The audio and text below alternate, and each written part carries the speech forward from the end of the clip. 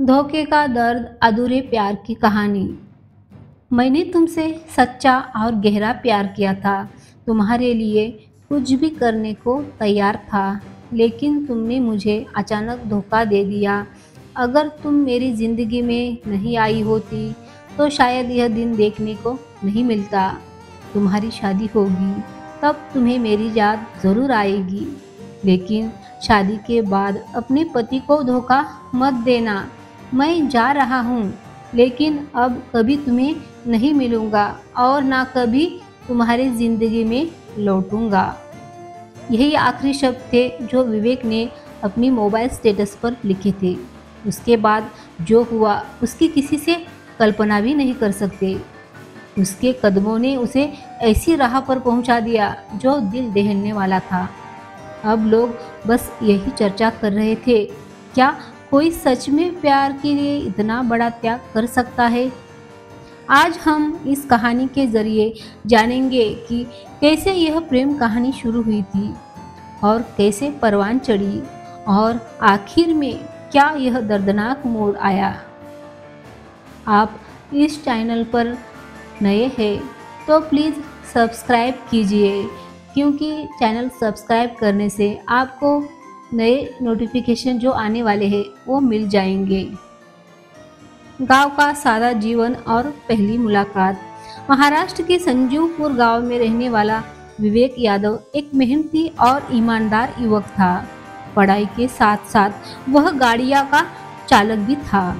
कुछ पारिवारिक कारणों से उसकी मां उसे लेकर अपने मायके मामले चली गई। गांव का सादा जीवन और पहली मुलाकात। महाराष्ट्र के संजीवपुर गांव में रहने वाला विवेक यादव एक मेहनती और ईमानदार युवक था। पढ़ाई के साथ साथ वह गाड़ियों का चालक भी था। कुछ पारिवारिक कारणों से उसकी मां उसे लेकर अपने मायके मांगले गांव आ गई थी, जहां उन्होंने नई जिंदगी की शुरुआत की थी। काम की वजह से विवेक के गांव में पहचान बढ़ने लगी और धीरे धीरे उसकी दोस्ती गांव के प्रतिष्ठित लड़की स्वाति देशमुख से हो गई। स्वाति एक अमीर परिवार से थी, जबकि विवेक मध्यम वर्गीय लड़का था। लेकिन स्वाति को विवेक का सीधा सादा स्वभाव बहुत पसंद आ गया।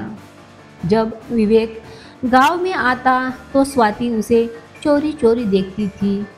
उसका दिल विवेक के लिए धड़कने लगा था, लेकिन वह अपने दिल की बात कह नहीं पा रही थी। पर धीरे धीरे दोनों के बीच बातचीत शुरू हुई और यह बातचीत प्यार में बदल गई। विवेक और स्वाति का प्यार गहरा होने लगा।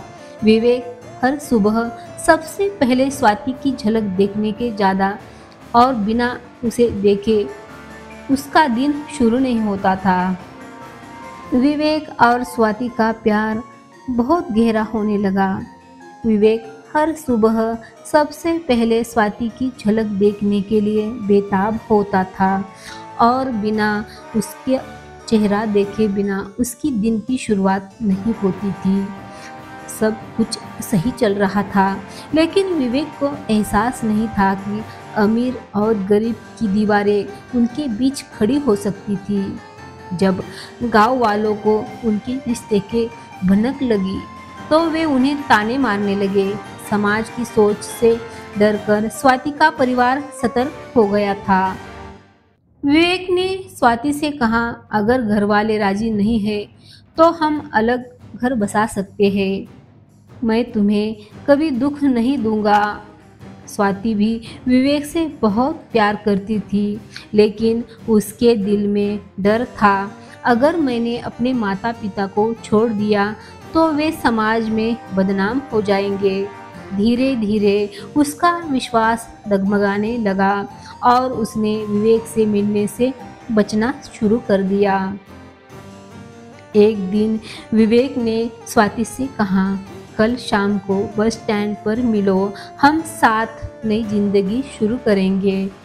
स्वाति ने हाँ कर दी, लेकिन उसके मन में उथल पुथल मच गई। उसने अपने माता पिता, समाज और भविष्य को लेकर सोचना शुरू कर दिया। अगर वह विवेक के साथ चली गई तो क्या वह खुश रह पाएंगी?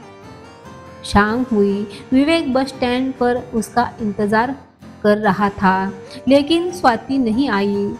उसने बार बार उसे फ़ोन लगाया, फिर भी स्वाति ने फ़ोन नहीं उठाया। लेकिन कोई जवाब नहीं मिलने के बाद विवेक घर चला गया। पर दूसरे दिन किसी तरह वह स्वाति से मिला और उसने उससे पूछा, तुम क्यों नहीं आई?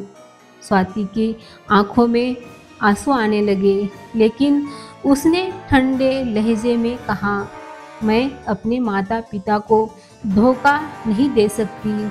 जो हुआ उसे भूल जाओ। यह सुनकर विवेक का दिल टूट गया। उसने 1 साल तक स्वाति पर अपना सब कुछ लुटा दिया था और अब वह उसे कह रही थी कि सब कुछ भूल जाओ। विवेक पूरे गांव में बदनाम हो चुका था। उसका प्यार अधूरा रह गया। वह रात भर सो नहीं पाया था। उसके मन में बस एक ही ख्याल घूम रहा था। जिस लड़की ने कहा था कि वह कभी साथ नहीं छोड़ेगी, वही आज बेगानी हो गई। अगले दिन वह अपने गांव से निकलकर पास की वारणा नदी के किनारे पहुंचा।